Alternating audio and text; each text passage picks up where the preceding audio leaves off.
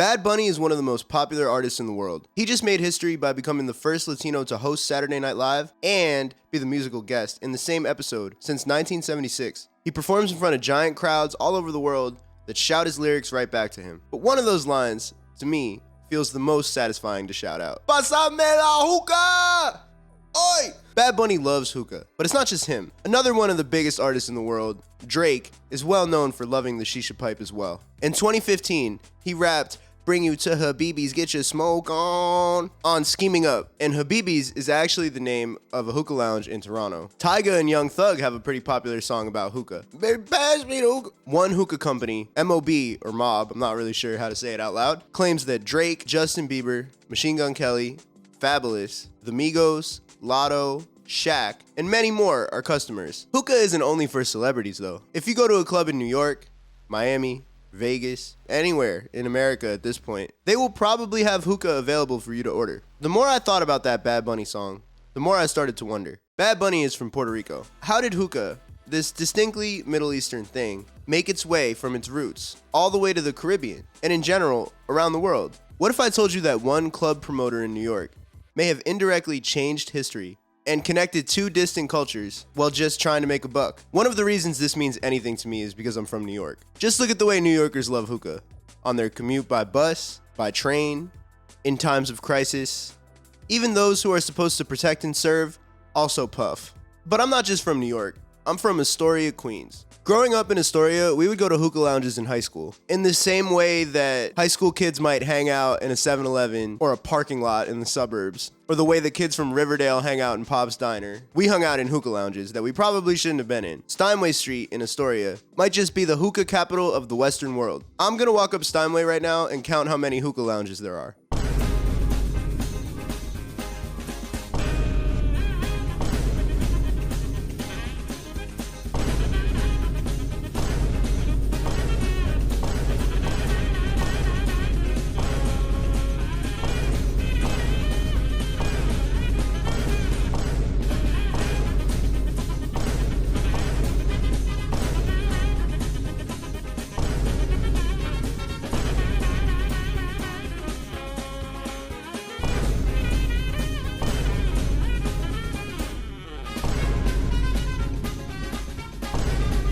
So the 25th of these locations is actually my personal favorite. For years, this place was called Olympia, though they've recently rebranded to being called South Beach. I don't know if I'm really feeling the name change, but I'm gonna support regardless. When I told my friend Anya we were making this video, we were both excited that we had an excuse to go smoke some hookah. There's just something really nice about getting unbelievably lightheaded while catching up with an old friend. In classic Astoria fashion, they have hookah, but they also have a bunch of pool tables. And since I'm a new YouTube channel, I could smoke on camera without being worried about getting demonetized, because I'm not even monetized yet. So just be glad I'm doing this for the art right now. And hopefully you'll like and subscribe so that one day I won't be able to do this anymore.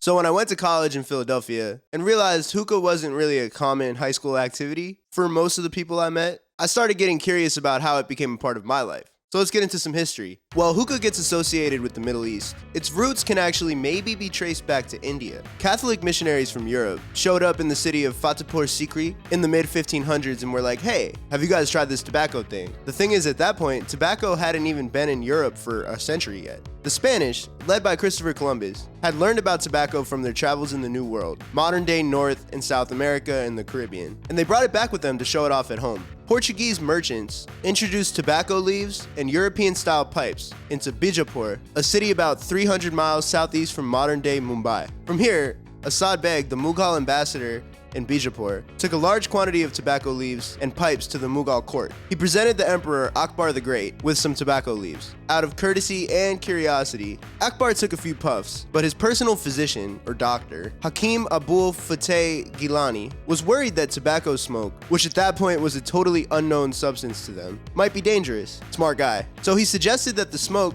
be purified by passing it through water. Thus, the hookah, or the water pipe, came into being. It was at this moment in my research that I realized I didn't really know how a hookah pipe works. I'm a simple man. I get handed something and I smoke it. But now I'm curious. The hookah is actually quite a contraption. At the bottom, you have a water jar. At the top, there's a bowl of tobacco product. You place hot charcoal on top of that bowl. Then you take the hose, which is connected to the water jar at the bottom, and pull or inhale. When you do this, the water bubbles up and cools the smoke before it comes out, creating the relaxing experience we all know and love. So back to history. Before anyone gets mad at me, many believe the hookah was actually invented in Persia, which is modern-day Iran. A Persian poet named Ali Shirazi mentioned the galyan, another word for hookah, in one of his poems, and since he died in 1535, that means he wrote that before Abul Fateh Gilani would have shown it to Akbar the Great. The Portuguese had also introduced tobacco to Persia in the 16th century, just like they did to India. So perhaps instead of being the inventor of the hookah, Abul Fateh Gilani was just the messenger, bringing the idea from Persia to India and helping it become a worldwide phenomenon. Either that, or they both just had a great idea separately. From here, hookah started slowly spreading throughout the region to modern-day Bangladesh and Pakistan. In the 1700s, it started to reach places like modern-day Turkey and became popular with the nobility or the upper class. It was basically a status symbol. In the 1800s, it spread even further throughout the Middle East, including to Egypt, where they were apparently the first to add the purge port, or the thing that helps clear out the old smoke to keep the smoke taste fresh. This is also where hookah became less of a thing for nobility and more of a thing for the everyday man to enjoy. Some of the first cafes, which are the predecessors to today's hookah lounges, started to pop up around this time in Egypt as well. Fast forward to the 1900s or the 20th century, and we start to see huge amounts of emigration from countries like India, Pakistan, Bangladesh, and Iran. And when these people left their home countries, they brought hookah with them wherever they went. In South Africa, a former fellow British colony, and a country with over 1 million people of South Asian descent, the hookah was called the Hubbly Bubbly, which is ridiculous. Respectfully, of course. Hubbly Bubbly was originally only popular with the Indian and Cape Malay populations, but it has slowly spread to be accepted by all South Africans, especially the younger ones. This is true in other countries that have a large portion of the South Asian diaspora, such as Malaysia and other countries in Southeast Asia. This also helps explain how hookah became popular here in the United States. But we need to do a little more work to understand how hookah reached Bad Bunny in Puerto Rico, because although Puerto Rico is a part of the United States, it has its own distinct culture. And in 2020, the census data reported only 4,000 people of Asian descent living there. In addition, the Asian category includes East Asians, and they make up a larger portion in Puerto Rico. So when I started to do research on how hookah made it to the Caribbean, I discovered something fascinating. It can actually be traced to my backyard. Astoria, Queens, and Steinway Street to be specific, was the melting pot that helped share the joy of smoking hookah with the rest of the world. In the 1960s, conflict in Egypt contributed to a huge wave of emigration to the United States. From 1967 to 1977, more than 15,000 Egyptians made their way to the US.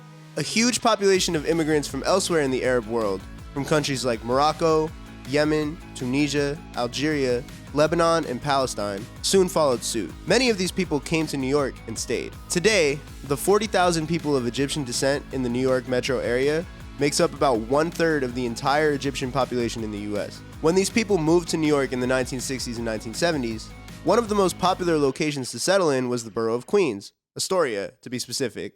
Astoria was a historically Greek and Italian neighborhood at the time, and in many ways it still is.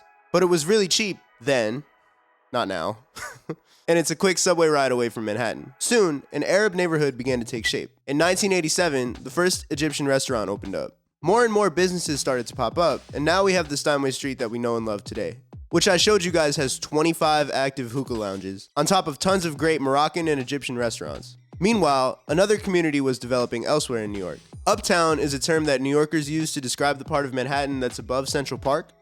I'm sure there's a lot of debate about where Uptown starts and ends, but that's what most people say. That includes Morningside Heights, Harlem, Washington Heights, and Inwood. And in the 1980s, these neighborhoods saw a rising population of immigrants from the Dominican Republic. The community started to use their social power to open clubs and run the nightlife scene. An article in GQ Middle East by Nilo Tabrizi and Jennifer Moda does a great job of explaining this, so I'm going to be pulling from that a lot.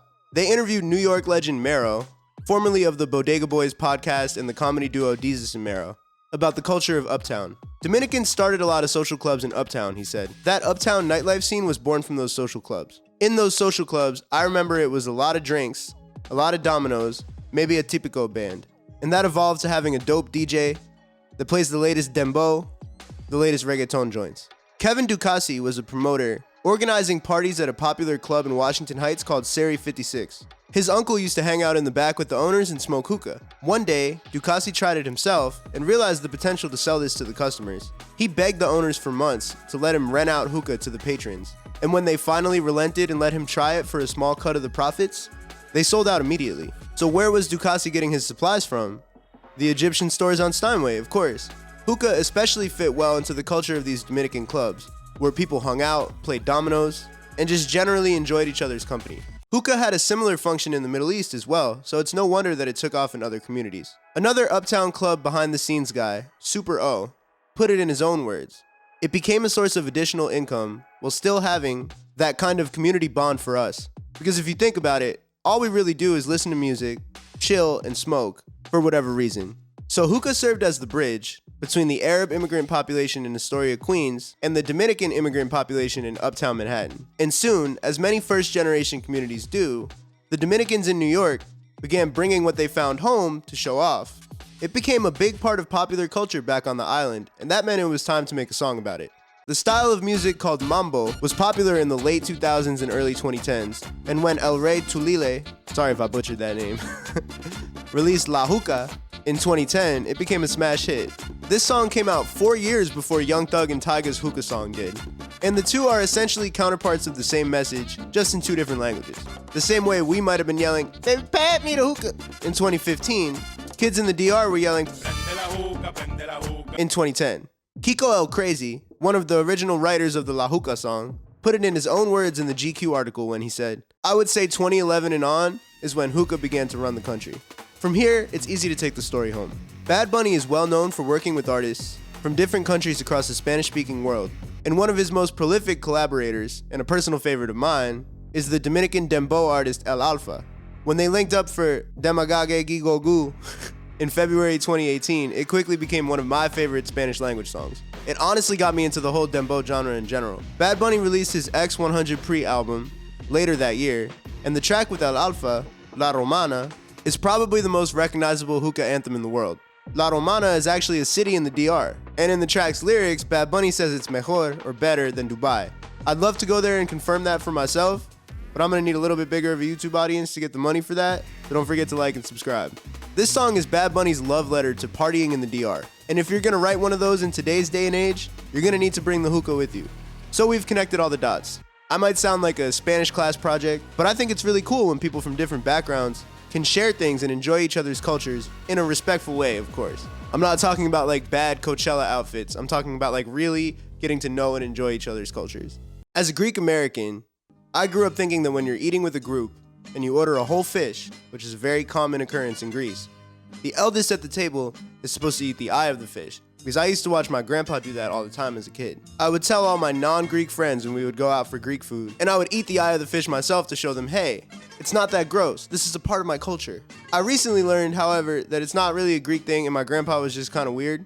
Whatever. It's also cool to think how impactful these small decisions can be. Perhaps hookah, given how enjoyable it is to so many people, would have spread around the whole world eventually anyway. But to look at how it can be traced to one club promoter making a shrewd business decision, it's pretty mind-blowing. Here in New York, the melting pot of the world, one culture brought something fun from their homeland with them. Another culture found it, said, hey, you know, we like this too, and shared it with their friends back home.